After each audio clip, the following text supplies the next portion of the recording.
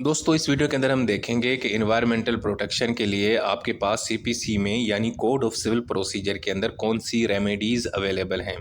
देखें वैसे जो सीपीसी है वो आप लोगों को सबको पता है कि ये एक प्रोसीजर लॉ है सिविल लिटिगेशन के अंदर। जो हमारे सिविल मुकदमात होते हैं उसमें जब हम जाते हैं तो हम सीपीसी के अंदर जो तरीक़ेकार है वो हम इस्तेमाल करते हैं।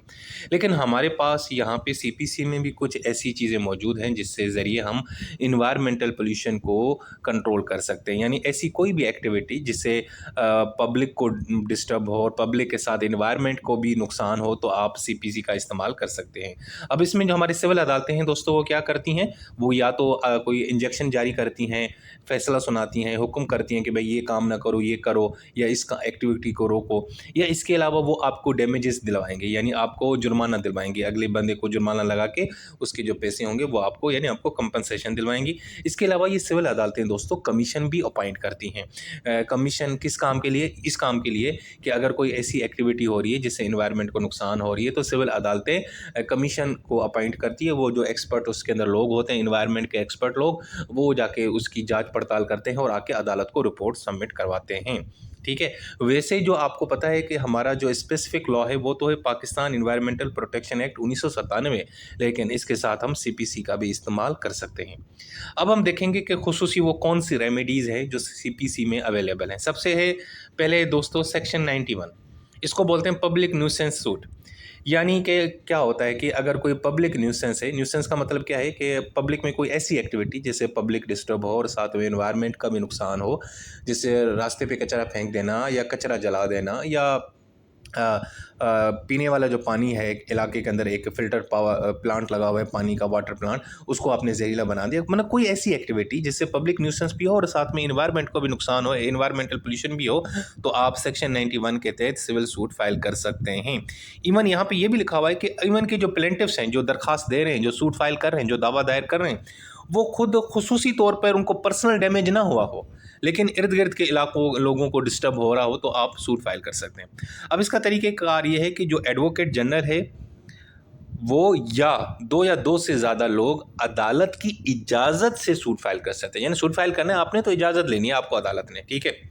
अब जो सेक्शन 91 है हम उसको इंडस्ट्रियल पोल्यूशन के खिलाफ इस्तेमाल कर सकते हैं, illegal dumping of waste, water contamination, पानी जब जहरीला हो जाता है, एयर पोल्यूशन, नॉइस पोल्यूशन, और इसके अलावा जितने भी इन्वायरमेंटल न्यूसेंस हैं जिससे पब्लिक को नुकसान होता है, आप उसमें सेक्शन 91 का इस्तेमाल कर सकते हैं और सिविल अदालत का दरवाज़ा नॉक नॉक कर सकते हैं।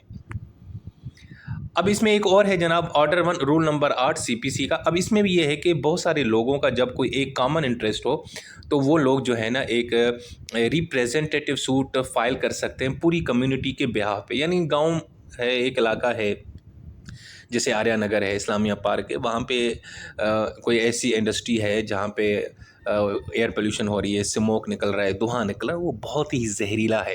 तो कुछ लोग मिल के, अब क्योंकि वो 10-20 घराने हैं, 10-20 या 200 बंदे हैं, वो सारे के सारे डिस्टर्ब हो रहे हैं, तो उसमें से कुछ लोगों का अब सबका कॉमन इंटरेस्ट है, तो वो बहुत सारे लोग एक या एक से ज़्यादा लोग मिल के एक ना सूट फाइल कर सकते हैं पूरी कम्युनिटी के बिहाफ पे। यानी 4 लोगों ने मिल के एक सूट फाइल किया पूरे इलाके आर्या नगर के बिहाफ पे।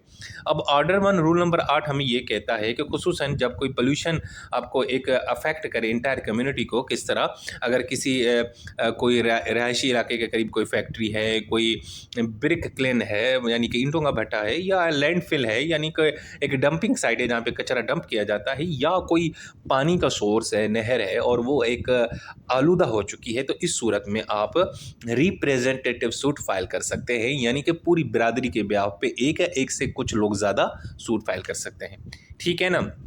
So a few affected person may represent the whole community and the court's decision bindings all representative person, ठीक है, और अदालत का फैसला सबके ऊपर यानी कि बाइंडिंग होगा।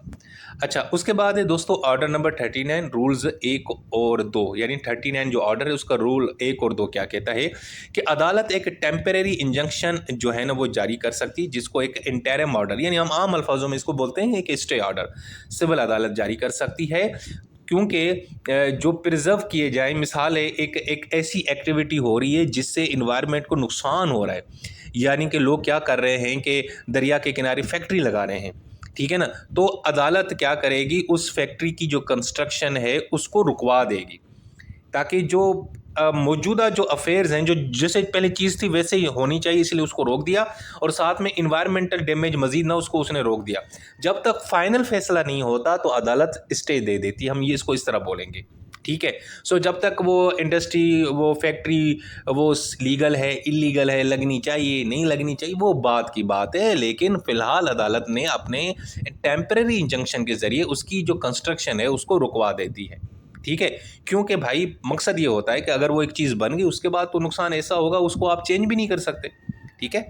दूसरा, इसकी अभी कंडीशंस क्या हैं, यानी अदालत ये जो स्टे देती है या टेम्परेरी इंजंक्शन, वो के इसकी कंडीशन क्या है। सबसे पहले है प्राइमा फेसिया केस। इसमें क्या होता है कि प्लेंटिफ्स ने, यानी जिसने दरख्वास्त दी है कि सर ये यहाँ पे ना एक फैक्ट्री लगा रही है दरिया के किनारे, ठीक है ना, तो प्लेंटिफ ने सबसे पहले तो ये साबित करना होगा कि वाकई एक सीरियल लीगल क्वेश्चन है। और दूसरा ये क्लेम करेगा कि भाई ये एक बड़ा संजीदा मामला है और इसको अदालत को करना चाहिए, यानी बादी नज़र में उसने साबित करना है, किसी तरीके अदालत को कन्विंस करना है। दूसरा उसने ये साबित करना है कि सर अगर आप फैसला नहीं देंगे ना, यानी स्टे ऑर्डर नहीं देंगे या ये टेम्परेरी फैसला नहीं देंगे तो नुकसान बहुत हो जाएगा बॉस। तो इसीलिए नुकसान ना हो, इसीलिए टेम्परेरी दे दें ताकि जो है ना मामला वो हो जाए। क्योंकि इतना नुकसान हो जाएगा कि इवन के आप उनको डैमेजेस यानी कि फ़ाइन भी दिलवाएंगे ना लोगों को, तब भी नहीं होगा, क्योंकि दरिया का पानी आलूदा होगा। दरिया का पानी तो फिर पता नहीं कहाँ कहाँ तक जाता है दोस्तों, ठीक है, ये बात।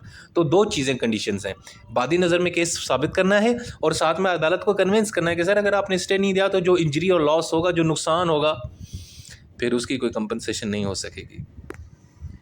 अच्छा, इसके बाद दूसरी चीज़ ये है कि अदालत को आपने ये भी कहना है कि सर आपका स्टे जो देंगे ना उससे नुकसान कम होगा एज़ कम्पेयर टू उसकी इजाज़त दे देना। यानी एक चीज़ है कंस्ट्रक्शन होना, उसका नुकसान बहुत ज़्यादा निकलेगा और ऑर्डर देने का जो नुकसान है वो कम होगा। तो इसीलिए जो बैलेंस ऑफ कन्वीनियंस है उसमें ये है कि आप एनवायरनमेंट को प्रोटेक्ट करें और ताकि, यानी ऐसे समझो कि यार दो गलत चीज़ें हैं तो जो ज़्यादा गलत चीज़ है वो ना करें, जो कम गलत है वो करें। मतलब इसको आप इस तरह समझें कि यानी अदालत के फैसले से भी नुकसान हो सकता है फैक्ट्री वालों का, लेकिन अगर आपने इजाज़त दी और स्टे ऑर्डर नहीं दिया तो जो नुकसान हज़ारों लोगों का होगा, दरिया के पानी का होगा, तो फिर उसका क्या होगा। तो इसमें से दो, यानी ख़तरनाक चीज़ों में से कम ख़तरनाक चीज़ अदालत का फैसला ही है और वही अदालत को देना चाहिए ताकि स्टे आ जाए। अब टेम्परेरी इंजंक्शन जो फैसला है वो किन सूरतों में दिया जाता है भाई।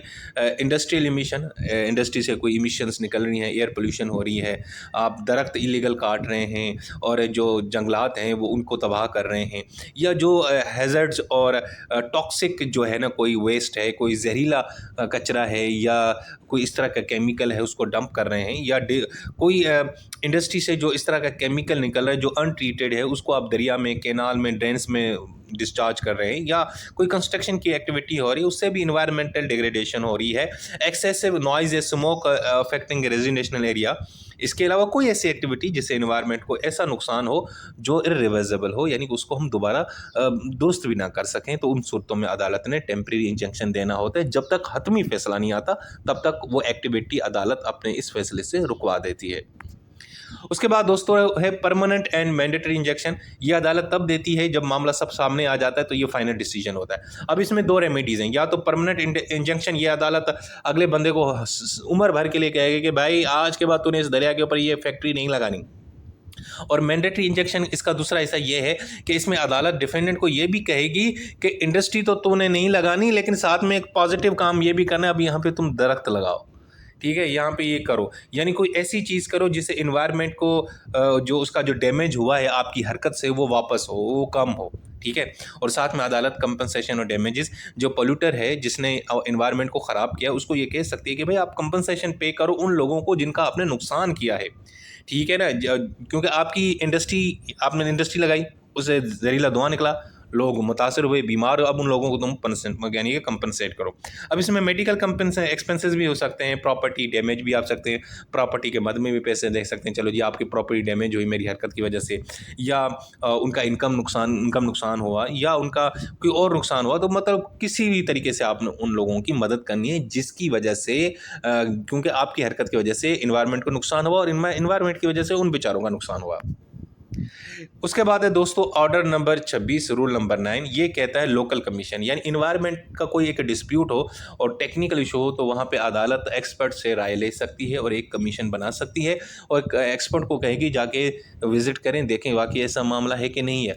मिसाल है, एक बंदे ने इंडस्ट्री लगाई है और वो ये कह रहा है कि मेरी इंडस्ट्री से ऐसे कोई जहरीला धुआं नहीं निकल रहा और इससे एनवायरनमेंट को कोई नुकसान नहीं होगा, जबकि लोग गांव के या इर्द गिर्द के रहायशी लोग कह रहे हैं कि नहीं भाई, आपकी वजह से हमें बड़ा मसला होता है, हमें रातों को नींद नहीं आती, हमें हमें बदबू स्मेल होती है, हमें हम सांस लेते हैं तो हमें बेचैनी होती है, मतलब कोई इस तरह की बात। तो अदालत इस मामले पर दोस्तों एक लोकल कमीशन का सहारा लेगी और वो इंस्पेक्ट करेगी, वो विजिट करेगी साइट का, देखेगी, लोगों के इंटरव्यूज़ करेगी और उसके बाद अपनी वो रिपोर्ट सबमिट कराएगी। अब क्योंकि वो उस पोल्यूटेड एरिया का विजिट करेगी, वहाँ का कोई पानी का मसला है तो पानी का सैंपल लेगी, सॉयल है, मिट्टी है, एयर सैंपल्स हैं, इंडस्ट्रियल फैसिलिटी, इंडस्ट्री को विजिट करेंगी, इसके अलावा देखेंगे बाकी यार इस इंडस्ट्री से इन्वायरमेंटल डैमेज हो रहा है कि नहीं हो रहा, और वो अपनी फाइनल रिपोर्ट अदालत को सबमिट करवाएगी। अब ये लोकल कमीशन अदालत क्यों बनाती है दोस्तों, उसका मकसद भी यही होता है कि सिविल अदालत है भाई, इसको क्या पता है टेक्निकल मामला का, तो एक टेक्निकल जो लोग हैं इन्वायरमेंट के, उनसे ये मदद लेती हैं। सो दोस्तों, ये थी हमारी वीडियो। इस वीडियो के अंदर मैंने आपको सीपीसी के हवाले से जो रेमेडीज़ है फॉर इन्वायरमेंटल प्रोटेक्शन वो अच्छे तरीके से बताने की सिर्फ छोटी सी कोशिश की है। खुश रहें।